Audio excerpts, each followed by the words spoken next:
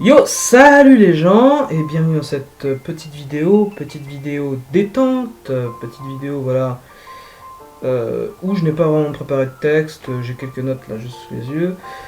Voilà, petit format, voilà, trop cool, petit format sans trop de montage. Voilà, on va parler un peu de tout, c'est un peu un format fourre-tout, voilà, si j'avais par exemple un sujet qui me tient à cœur, voilà, si j'ai un sujet d'actualité, éventuellement, peut-être je ferai des reviews voilà, de chapitres de manga ou de livres, éventuellement, que je dirais. Euh, ou si j'ai envie de parler de narration de manière générale, voilà. Voilà, je ferai des petites vidéos comme ça, voilà, un peu à l'improviste, un peu improvisé. Et aujourd'hui, pour cette vidéo, j'avais envie de faire une vidéo de type narration. Enfin, une vidéo de narration plutôt. Sur le personnage de Marisu, qui sera aussi une vidéo réaction d'une certaine manière. Alors réaction euh, à froid, réaction même à glace d'une certaine manière, puisque c'était une réaction à une vidéo que j'avais vue il y a plusieurs mois de ça sur d'une youtubeuse qui parlait de du trope de la Marisu, et que je n'avais pas forcément apprécié dans le sens où j'ai trouvé qu'elle avait pris justement un peu le petit bout de la lorgnette pour aborder le sujet. Ce qui m'avait particulièrement fait tiquer à l'époque. Mais on va en reparler. Alors déjà, avant de commencer, qu'est-ce qu'une Marisu, avant tout? Alors la Marisu, il faut savoir, ça vient de l'univers des fanfictions, sachant que la Marisu, c'est avant tout un défaut d'écriture qui est récurrent au niveau des jeunes auteurs, ou des auteurs débutants de manière générale. La chose qu'on retrouve très régulièrement dans le monde de la fanfiction. Donc la Marisu, en fait, c'est une fanfiction de Star Trek, dont le personnage du nom de Marisu était justement une jeune recrue en fait du vaisseau de l'Enterprise, le vaisseau du Captain Kirk, si je ne dis pas de bêtises, je ne suis pas aficionado de Star Trek. Une jeune recrue voilà, qui était ultra compétente, aimée de tous, la plus intelligente, et tous les autres adjectifs hyperboliques que vous pouvez imaginer, et qui est morte de manière héroïque pour sauver en fait Kirk et son équipage. Et pour l'époque, du moins, puisqu'il me semble que cette histoire remonte à quand même énormément d'années maintenant, pour l'époque, la fanfiction autour de Marisu, justement, avait créé un tel bad buzz, d'une certaine manière, ou du moins avait déclenché tellement d'hilarité que, tout simplement, voilà, les gens ont pris ce prénom, justement, enfin, ce nom, du moins, pour, euh, pour justement en faire l'archétype des personnages, des personnages qui sont justement trop, qui sont over the top, des personnages voilà, qui sont complètement accomplis, voilà, des personnages qui sont les plus intelligents, les plus beaux, aimés de tous, et dont l'univers, d'une certaine manière, se plie à leur existence, et non l'inverse. Et donc, en fait, le problème, justement, des personnages dont l'univers se plie à eux, qui sont déjà accomplis, et là, c'est que le personnage n'évolue pas. Et que donc l'histoire n'a vraiment pas lieu d'être en réalité. Et donc on se fait chier quelque part. Et justement, c'est cette définition de la Marisu qui justement fait que j'ai pas mal tiqué sur cette vidéo de cette youtubeuse qui justement faisait le trope de la Marisu et qui en fait se contentait de dire qu'il y a Marisu dès lors que le personnage est soit moralement bon, soit était ultra compétent. Et pour moi justement, je trouve que c'est vraiment en fait être beaucoup trop réducteur au niveau du personnage de la Marisu. Certes, le personnage de la Marisu est un personnage qui est accompli, mais c'est aussi un personnage qui n'évolue pas. C'est un personnage qui justement ne va jamais se remettre en question. C'est un personnage qui n'a justement aucun conflit intérieur. Tout ça pour dire que personnages compétents, ou personnages qui ont déjà la bonne vision du monde dès le début de l'histoire, ne sont pas synonymes voilà, de personnages qui n'ont aucun intérêt. Parce que la Marisu, c'est ça, ce sont des personnages qui n'ont aucun intérêt à suivre. Est-ce que vous avez envie de voir les péripéties d'une personne qui est parfaite? Peut-être, si vous êtes mégalomane, ou narcissique, je ne sais pas. Ou alors que vous avez les cheveux bleus. Ou alors que vous n'avez aucun goût, ça marche aussi. Mais en général, lorsqu'on suit une histoire, on aime voir les personnages souffrir. On est terrible, nous lecteurs, on aime les voir galérer, on aime voir un peu comment ils vont résoudre leurs problèmes. On aime voir comment ils vont évoluer, quelle vision du monde ils vont adopter. Alors que la Marisu, c'est elle, la seule vision du monde possible même, je dirais. Généralement, Marisu face à un antagoniste, c'est Marisu n'aime pas ce personnage, donc c'est un antagoniste. Voilà, c'est ça la Marisu en réalité. C'était pas juste une question de compétence ou de morale. En réalité, la Marisu, c'est véritablement en fait un fantasme. C'est véritablement en fait un personnage qui n'a pas lieu d'être dans l'histoire. Ou plutôt l'histoire est la justification au fait qu'il y ait une Marisu. Vous voyez ce que je veux dire? Ce qui m'amène justement au point où où justement j'ai tiqué dans la vidéo, puisque cette youtubeuse en question citait notamment plusieurs personnages de littérature en disant que ce sont des archétypes de Marisu. Alors par exemple, elle avait cité Ulysse dans l'Odyssée, D'Artagnan, Jean Valjean, j'en passe et des meilleurs. Ou encore Son Goku par exemple, qui est un personnage qui, selon elle, bien sûr, serait une Marisu. Et là ça me pose quand même problème, puisque elle est complètement à côté de la plaque justement quand elle dit ça. Pourquoi Et déjà, on va revoir au niveau de ces 4 personnages et voir si ce sont des Marisu. Dans le cas d'Ulysse, par exemple, au niveau de l'Odyssée, je vous rappelle quand même que toutes les galères dans l'Odyssée, toutes les emmerdes, ça vient du fait que Ulysse, il soit tellement orgueilleux qu'il pouvait pas fermer sa gueule 10 secondes de plus. On parle quand même d'un mec qui a un QI de 200-250 et qui se dit pas, tiens, je vais fermer ma gueule 2 secondes, ça se trouve, il pourrait y avoir un dernier danger.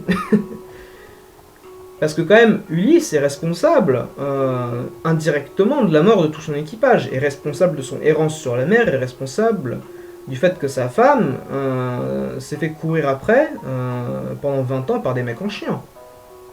C'est terrible quand même. Alors que concrètement le personnage d'Ulysse aurait été une Marisu, non seulement il se serait foutu de la gueule de Polyphème, mais en plus il serait rentré à Ithaque à 2-2. Tu sais, genre t'as le dieu de la mer contre toi. Sartek frère, Krunia, t'inquiète pas, je gère. File-moi la barre, on rentre à la maison. Et hop, une semaine plus tard, il y était quoi. Idem, l'exemple de D'Artagnan dans les 3 mousquetaires. Alors, on parle quand même du campagnard, du petit provincial, voilà, qui se ramène à Paris et qui se prend en grippe les 3 meilleurs mousquetaires du royaume en moins d'1 heure. Tout ça parce que c'est un petit con orgueilleux. Et d'ailleurs, il me semble même, si mes souvenirs sont bons dans les 3 mousquetaires, qu'à un moment, il réalise sa connerie avant justement de les prendre en duel, et avant que les événements fortuits aient fait que il n'ait pas eu justement à les prendre en duel.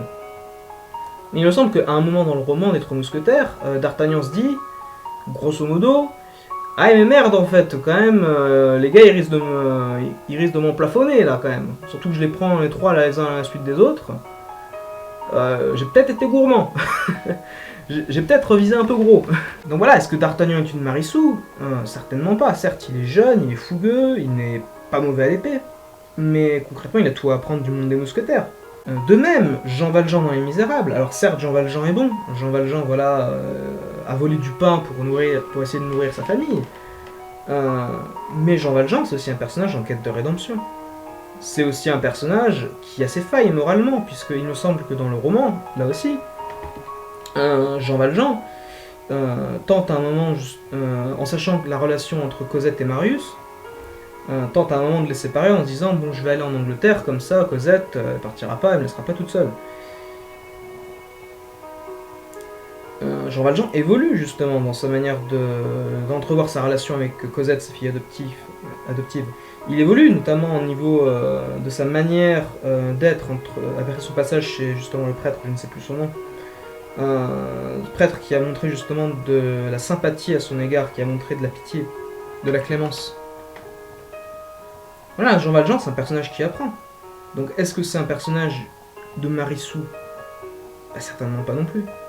Idem pour le personnage de Goku. Alors Goku, certes, il a la bonne vision du monde dès le début, mais est-ce que Goku est une Marisu? Bah là, carrément pas, et c'est encore plus visible.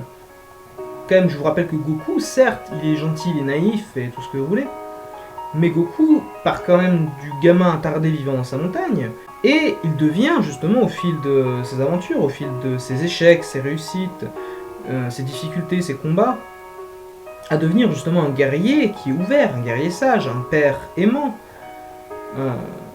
quelqu'un d'ouvert d'esprit. Justement, il y a eu une évolution entre le Goku du tome 1 de Dragon Ball Z et le Goku du tome 42. Et justement, les deux seuls exemples pertinents de sa vidéo de Marisu, qui sont d'ailleurs extrêmement connus, c'est évidemment le personnage de Superman. Superman de toute manière qui a été pensé comme étant un être parfait, bien que je dirais qu'il est à peu près pertinent parce que depuis on a eu quelques comics quand même qui ont mis en scène un Superman voilà, qui échoue à être Superman. Je pense notamment aux comics Injustice, où Superman devient une espèce de dictateur à moitié génocidaire, prêt à tout justement pour que la paix règne dans le monde. Après que le Joker ait tué justement sa fiancée, Lois Lane. Et le deuxième personnage de Marisu, qui évidemment là aussi est très connu, c'est Tintin. Tintin qui lui est une Marisu qui est complètement assumée par Hergé. Hergé qui disait justement lui-même que Tintin était un peu son avatar d'une certaine manière. Milou étant, pour ceux qui ne le savent pas, voilà, une référence à l'ex d'Hergé, dont le surnom était Milou. Référence qui, à mon sens, n'est peut-être pas si sympathique qu'on voudrait le faire croire. Parce que bon, quand tu dis que ton ex est un chien, bon, heureusement il est mignon, mais...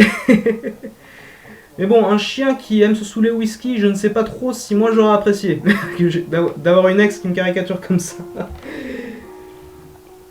Mais oui, Tintin, Marisu, oui, complètement. Tintin n'évolue pas, Tintin a la bonne vision du monde dès le début, Tintin ne remet jamais en cause ses idéaux, il gagne toujours parce que... voilà, Tintin est clairement une Marisu. Et dans sa liste voilà, de personnages, c'était véritablement les deux seuls personnages sur lesquels je pouvais m'accorder. À dire que ce sont des Marisu. Et justement, on en vient là le problème, la Marisu, au final, ça ne se limite pas qu'à une question de personnage qui soit ultra compétent ou une question de personnage qui soit moralement bon. En soi, des personnages qui sont ultra compétents ne sont pas moins intéressants, c'est-à-dire n'ont pas moins d'intérêt à évoluer. Ou du moins, les regarder évoluer présente de l'intérêt, même s'ils sont très compétents. Je veux dire, si par exemple demain j'écris une histoire sur Manfred von Richthofen, plus connu sous le nom du Baron Rouge, l'as des as de la Première Guerre mondiale, eh bien, je vais forcément écrire une histoire sur un mec qui sait piloter un avion. Et même pas seulement savoir piloter un avion, être un dieu dans un avion. Et pour autant, est-ce que les conflits intérieurs qui déchirent, par exemple, le Baron Rouge ne seront pas moins intéressants? Bien sûr que si, ils seront toujours extrêmement intéressants.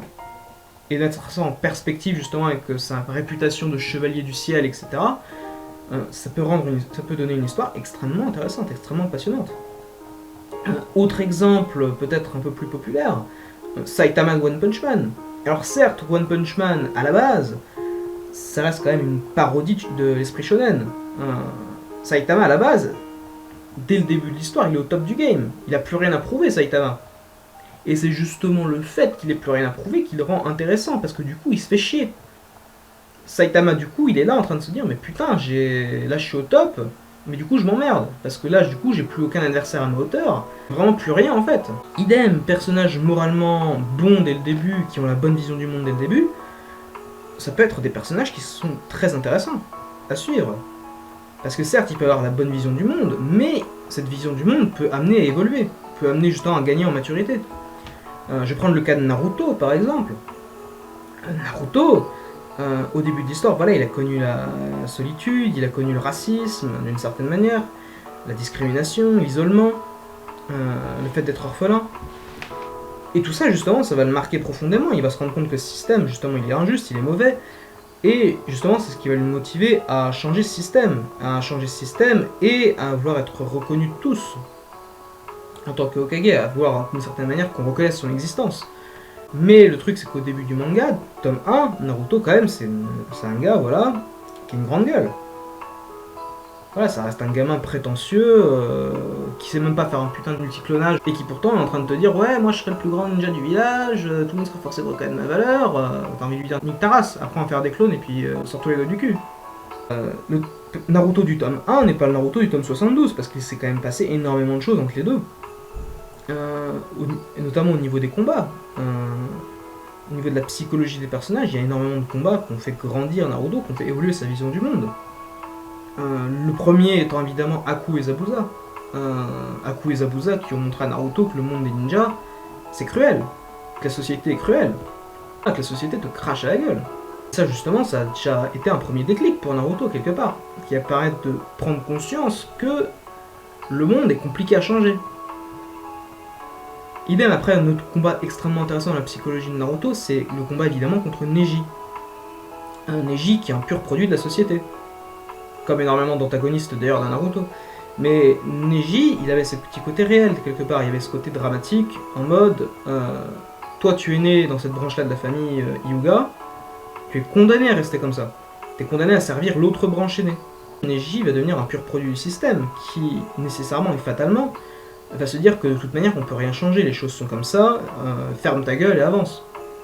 Et justement, contre cette mentalité un peu de fataliste, t'as Naruto qui va débarquer, et qui va coller deux roustes à Neji, qui va lui dire « Tu vois, je suis peut-être un raté, mais grâce à ma détermination, j'ai justement pu égaler ton niveau. J'ai justement pu te surpasser. » Et ça c'est beau, d'une certaine manière. C'est beau. Pareil, autre combat dans Naruto extrêmement intéressant, dans la psychologie du personnage, c'est évidemment le combat majeur contre Pain. Pain, qui est un peu l'anti-Naruto ultime du manga. Et qui justement va permettre à Naruto de trouver la véritable solution pour ramener la paix dans le monde. Solution qui est justement de tendre l'autre joue, de pardonner, d'avoir l'espérance en des lendemains meilleurs. C'est ça qui rend ce combat très intéressant. C'est ça qui rend le combat très intéressant au niveau de l'évolution psychologique de Naruto. C'est pour ça justement que Naruto va évoluer. C'est pour ça que Naruto, même s'il a la bonne vision du monde, ça va être un personnage qui est très intéressant à suivre. Et c'est ça le problème justement avec la Narisu, c'est que c'est un personnage qui justement n'est pas intéressant à suivre parce qu'il n'évolue jamais. La Narisu du premier chapitre sera la Narisu du dernier chapitre. La Narisu sera toujours en fait celle qui aura raison, même quand elle a tort. Ce qui est intéressant, c'est justement de voir les failles du personnage, les failles psychologiques du personnage. C'est de voir un peu au niveau des conflits externes et internes du personnage. Comment justement monter l'échelle sociale, ou encore comment résoudre un conflit avec un ami par exemple. Comment se pardonner à soi-même. Je ne sais pas, il y a mille et une manières justement d'écrire un personnage intéressant. Car en réalité, la véritable question qu'il faut se poser quand on écrit un personnage, c'est avant tout, qu'est-ce que ça raconte? C'est avant tout de se dire, j'ai écrit ce personnage-là, de quelle manière en fait je vais amener le récit, de quelle manière je vais amener ce personnage pour que celui-ci puisse délivrer le message de mon œuvre. C'est pour ça qu'il est nécessaire, avant tout, quand on écrit un personnage, je pense, de déterminer avant tout ses objectifs. Parce que écrire un personnage, quelque part, dans le seul but d'avoir une histoire, c'est un peu vain, c'est un peu superficiel. Comme dans un marathon, d'une certaine manière, tu vas pas démarrer le marathon à la ligne d'arrivée. Le plus intéressant dans un marathon, c'est quand tu le fais à la ligne de départ. Et là, c'est pareil. L'important, au final, ce n'est pas tellement d'arriver, c'est avant tout d'avoir fait le voyage. Et c'est justement ça le problème de la Narisu, c'est que narrativement parlant, elle a déjà fait le voyage. Ou plutôt, elle n'a jamais vraiment commencé. En résumé, pour éviter d'écrire une Narisu, je dirais qu'il y a avant tout au moins deux questions à se poser. Premièrement, c'est quoi les objectifs du personnage? Et deuxièmement, quels sont les obstacles qui vont l'empêcher d'accomplir son objectif?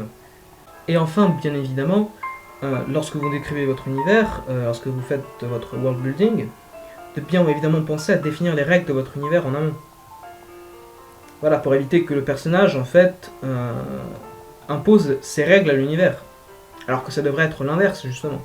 Donc, en définitive, pour éviter justement l'écueil d'écrire une Narisu, il faut que vous vous posiez les questions au niveau justement de l'évolution de votre personnage, et surtout des questions au niveau de votre univers, de la manière en fait dont vous voulez le créer.